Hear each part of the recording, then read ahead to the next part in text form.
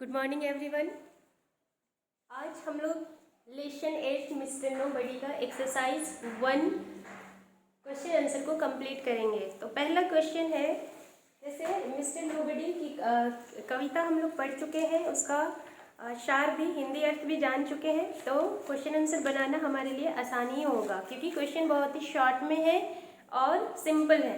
तो first question है exercise 1, answer the following questions. नीचे दिए गए प्रश्नों का उत्तर देना है। फर्स्ट क्वेश्चन है, who is the poet talking about. कवि किसके बारे में बात कर रहे हैं। आंसर होगा the poet is talking about Mr Nobody. कवि मिस्टर नोबडी के बारे में बातें कर रहे हैं।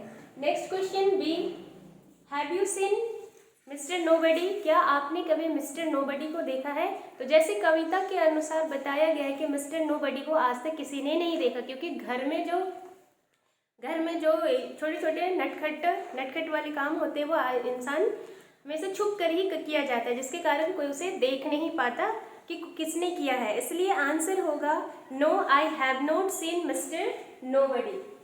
आंसर है I have not seen mister nobody. Next question, What does Mr. Nobody do with plates? Mr. Nobody plates के साथ क्या करते थे।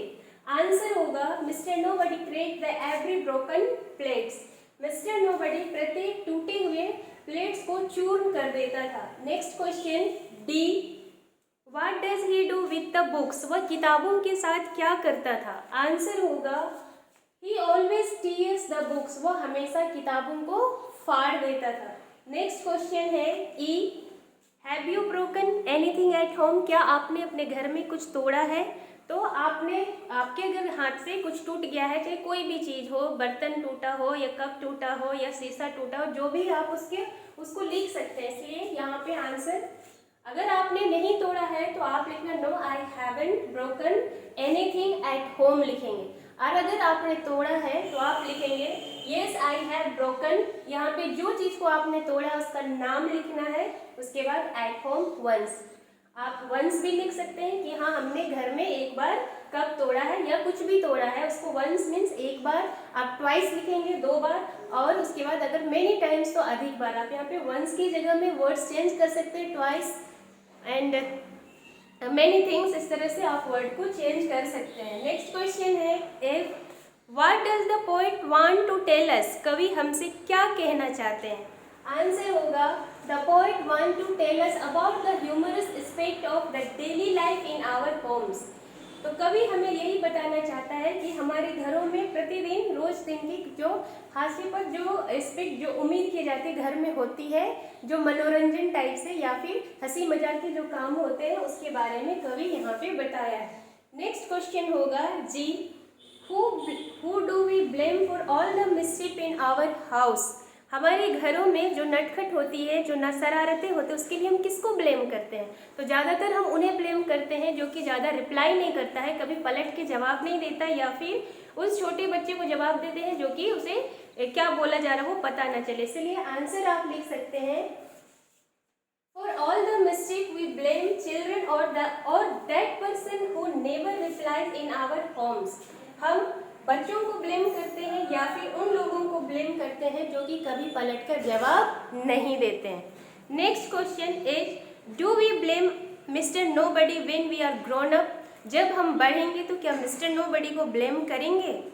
तो जब हम बड़े होते हैं तो समझदार होते हैं और हम किसी पे दोषारोपण जल्दी सोच समझ के काम करते हैं। इसलिए आंसर में क्या लिखना है, no, when we grown up we don't blame Mr Nobody. जब हम लोग बड़े होंगे तो मिस्टर नोबडी को ब्लेम नहीं करते हैं। Next question I, is mister nobody somebody. क्या मिस्टर नोबडी समबडी है। तो जो भी नटखट या शरारतें करे, हमने उसे नहीं देखा, लेकिन कोई तो होगा जो वो काम को किया होगा। इसीलिए आंसर में क्या लिखेंगे, yes mister nobody is somebody, मतलब मिस्टर नोबडी कोई है। यहाँ पे समबडी को साथ में लिखना है। नेक्स्ट क्वेश्चन है, what is the name of the poet. कवि का नाम क्या है? तो यहाँ पे कवि का नाम नहीं दिया गया, अननोन दिया गया। अननोन मीन्स होता है अज्ञात, मतलब उसके बारे में नहीं जानना, इसलिए आंसर होगा the name of the poet is unknown. कवि का नाम अज्ञात है, मतलब मालूम नहीं है। तो ये था आपका एक्सरसाइज 1। और एक्सरसाइज 2 है make a list of the all pairs of words that are rhymed in this poem. इस कविता में से जो राइम्ड हुआ है उसका लिस्ट बनाना है। तो मैंने आपको राइम्ड वर्ड के बारे में बताया था कि राइमिंग वर्ड्स किसे कहा जाता है। तो राइमिंग वर्ड शब्दों के उन जोड़ों को कहा जाता है जिसके स्पेलिंग अलग होते हैं, वर्ड्स अलग होते हैं, लेकिन जब उसका उच्चारण करते हैं तो साउंड लगभग एक ही तरह से सुनाई दे, तो वो कहलाता है राइमिंग वर्ड्स। तो मैं एग्जाम्पल के लिए एक बता दे रही हूँ, आप इस एक्सरसाइज को खुद ही कंप्लीट कर लेंगे। और राइमिंग वर्ड जब लिखते हैं तो हमेशा हाइफन दे के लिखना है। तो फर्स्ट है, जैसे यहाँ पे माउस है, हाउस है, माउस हाउस आपका राइमिंग वर्ड्स में आएगा। उसके बाद है नोबडी समबडी। तो आप बाकी चीज़ों को ढूंढ करके आप अपने नोट्स को तैयार करेंगे और याद रखेंगे कि यहाँ पे जो पोएम के लास्ट में, पोएम के बाद में मीनिंग ऑफ वर्ड्स दिया हुआ है उसको याद कर लेंगे। जैसे afar means at a distance, ajar slightly open, damp wet, mischief misbehaviour, mislay, to put something in a wrong place, pray thee I, pray thee you, scatter to throw here and there, squeak to make a shrill noise, twice to throw with a quick motion। तो ये आपका कविता के बाद में दिया हुआ था English to English meaning, उसको आप याद कर लेंगे। Thank you.